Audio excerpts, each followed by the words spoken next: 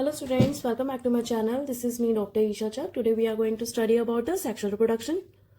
So, sexual reproduction involves formation of male and female gametes. So in sexual reproduction there will be the formation of gametes. Okay? Now the gametes can be produced by the same individual, यानी एक ही individual produce कर रहा होगा gametes या फिर different individual produce कर रहे होंगे गैमीट्स. तो सेक्सुअल रिप्रोडक्शन के बारे में क्या याद रखना है? There should be the formation of male and female gametes. Okay. These gametes fuse to form the zygote. अब जो ये gametes बने हैं ये क्या होता है? ये फ्यूज होंगे, फ्यूजन होगा इनका और जाइगोट का फॉर्मेशन होगा which develops to form the new organism. फिर ये जाइगोट से एक नया ऑर्गेनिज्म फॉर्म होगा. It is an elaborate complex and slow process. तो जो सेक्सुअल रिप्रोडक्शन है वो एक एलाबोरेट यानी detailed, complex means complicated and slow process है as compare to asexual production. तो एसेक्सुअल प्रोडक्शन के कंपैरिजन में जो सेक्सुअल प्रोडक्शन है वो एक एलाबोरेट, कॉम्प्लेक्स और स्लो प्रोसेस है. Because of the fusion of the male gametes and female gametes, sexual reproduction results in offsprings that are not identical to the parents or amongst themselves. अब क्योंकि sexual reproduction में अलग अलग gametes का fusion हो रहा है, यानी दो गैमीट्स का फ्यूजन हो रहा है, तो अलग अलग जेनेटिक मेकअप है, तो इस केस में आइडेंटिकल ऑफस्प्रिंग नहीं बनेगा. जैसे कि पीछे हम लोगों ने ए सेक्सुअल रिप्रोडक्शन में पढ़ा कि वहां पर क्लोन का फॉर्मेशन हो रहा था जो कि आइडेंटिकली और जेनेटिक जो आइडेंटिकली सेम थे, यानी मॉर्फोलॉजिकली और जेनेटिकली सिमिलर थे अपने पेरेंट्स से और अपने सिबलिंग से. लेकिन ऐसा इस केस में नहीं होता. इस केस में सेक्सुअल प्रोडक्शन के केस में क्या होता है, ऑफस्प्रिंग जो प्रोड्यूस होते हैं ज़रूरी नहीं है कि वो आइडेंटिकल हों, बल्कि आइडेंटिकल नहीं ही होंगे. वो ना ही अपने पेरेंट्स से आइडेंटिकल होंगे और ना ही आपस में वो एक दूसरे से आइडेंटिकल होते हैं. A study of diverse organisms, plants, animals और fungi show that though they differ so greatly in external morphology, internal structure and physiology, when it comes to sexual mode of reproduction, surprisingly they share a similar pattern. क्या हुआ इसका मतलब कि अगर हम diverse organism जैसे कि plants, animals और फंजाई इनकी हम स्टडी करें तो हमें देखने को मिलता है कि they differ so greatly in external morphology. तो हमें देखने को मिलता है कि वो एक्सटर्नल मॉर्फोलॉजी में, इंटरनल स्ट्रक्चर में और फिजियोलॉजी में एक दूसरे से डिफर करते हैं. जैसे प्लांट्स की जो एक्सटर्नल मॉर्फोलॉजी होती है वो एनिमल से काफ़ी डिफर करती है, ऐसे ही एनिमल्स की फंजाई से डिफर करती है, और उनकी जो इंटरनल स्ट्रक्चर है और फिजियोलॉजी है वो सबकी अलग अलग है. When it comes to sexual mode of reproduction, लेकिन अगर हम इनके सेक्सुअल मोड ऑफ रिप्रोडक्शन की बात करें तो हमें क्या मिलता है, तो surprisingly they share a similar pattern. तो हमें एक सिमिलर पैटर्न दिखाई देता है. यही वही वाला पैटर्न आप समझ गए ना, जिसमें कि मेल और फीमेल गैमेट्स का फॉर्मेशन हो रहा था, फिर उसका फ्यूजन हो रहा था, फिर जाइगोट फॉर्मेशन हो रहा था. तो ये सिमिलर पैटर्न हमें देखने को मिलता है. All organism have to reach a certain stage of growth and maturity in their life before they can reproduce sexually. तो हर ऑर्गेनिज्म को एक सर्टेन स्टेज अचीव करनी होती है, किस चीज़ की, ग्रोथ की और मैच्योरिटी की अपनी लाइफ में, before they can reproduce sexually reproduce करने से पहले उन्हें एक सर्टेन स्टेज को अचीव करना होता है, यानी ग्रोथ और मैच्योरिटी की स्टेज. जैसे कि प्लांट्स में हमें क्या देखने को मिलता है, flowering. That period of growth is called the juvenile phase. तो जैसे कि हम लोग पढ़ रहे थे ना जुवेनाइल फेज. जुवेनाइल फेज क्या होता है, एक मैंने पीछे बताया कि सर्टेन हमें स्टेज पे पहुंचना होता है ना, उस स्टेज के बाद सेक्सुअल प्रोडक्शन होगा. तो वो जो स्टेज है उसको हम जुवेनाइल फेज कहते हैं. एक फेज होता है जो फेज अचीव करना होता है ग्रोथ और मैच्योरिटी तक.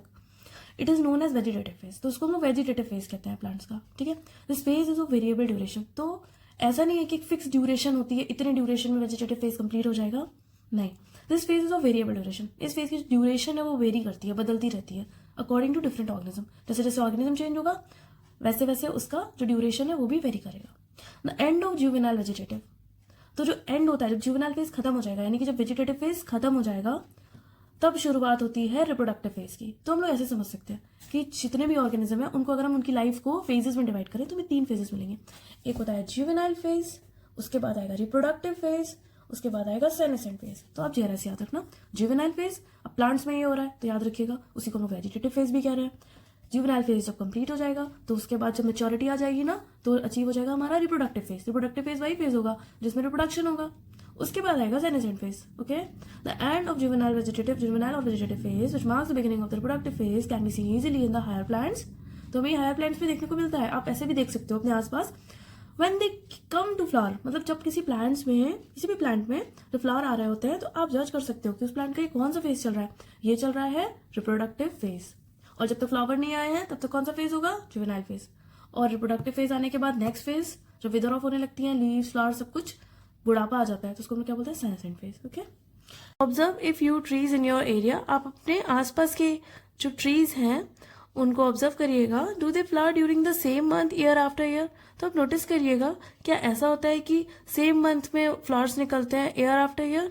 Y do you think the availability of fruits like mango, apple, jackfruit, क्या आपने नोटिस किया कि जो अवेलेबिलिटी होती है कुछ फ्रूट्स की, जैसे कि मैंगो, एप्पल, जैक फ्रूट, ये सीजनल होती है. Are there some plants that flower throughout the year and some others that show seasonal flowering. तो क्या आपने ये नोटिस किया कि कुछ प्लांट्स ऐसे होते हैं जो फ्लावर करते हैं throughout the year and some others that show seasonal flowering, और किसी किसी में सीजनल फ्लावरिंग मिलती है. Plants the annual and biennial type show clear cut vegetative, reproductive and senescent phases. लेकिन एक चीज आप ऑब्जर्व करिएगा कि जो प्लांट्स एनुअल होते हैं या जो बाइनियल टाइप्स के प्लांट्स होते हैं उनमें हमें clear cut vegetative, reproductive and senescent phases दिखाई देते हैं. मतलब अगर आप किसी प्लांट को ऑब्जर्व करना चाहते हैं, उसमें फेजेस देखना चाहते हैं, तो आप चूज कीजिएगा एनुअल या बाइनियल. तो उसमें आपको वेजिटेटिव फेज क्लियरली दिखेगा, रिप्रोडक्टिव फेज मिलेगा और सेनेसेंट फेज मिलेगा. ये मैंने ऊपर बताया था, यहाँ पे याद होगा आपको. जुवेनाइल फेज क्या होता है? रिप्रोडक्टिव फेज से पहले वाला, फिर उसके बाद आता है रिप्रोडक्टिव फेज, फिर आता है सेनेसेंट. ठीक है, ऐसे ही सीरीज में वेजिटेटिव, जुवेनाइल को वेजिटेटिव बोलते हैं, vegetative, reproductive and senescent.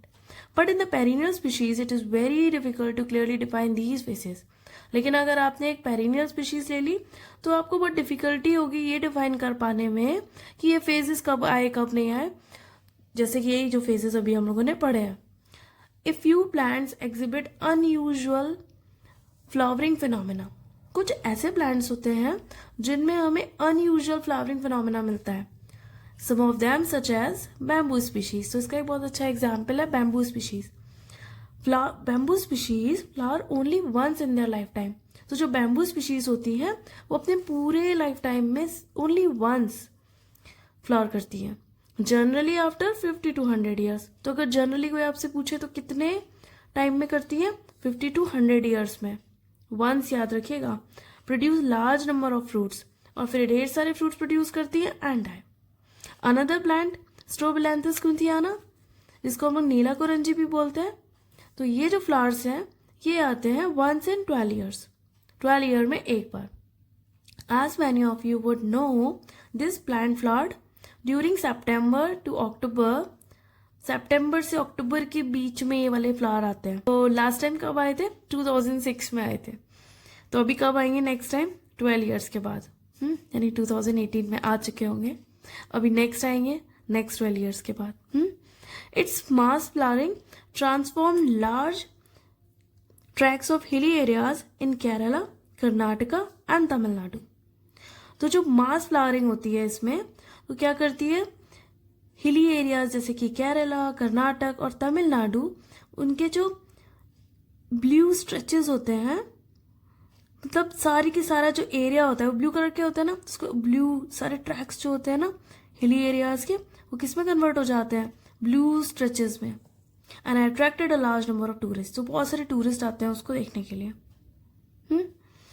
In animals the juvenile phase is followed by morphological and physiological changes prior to active reproductive behavior.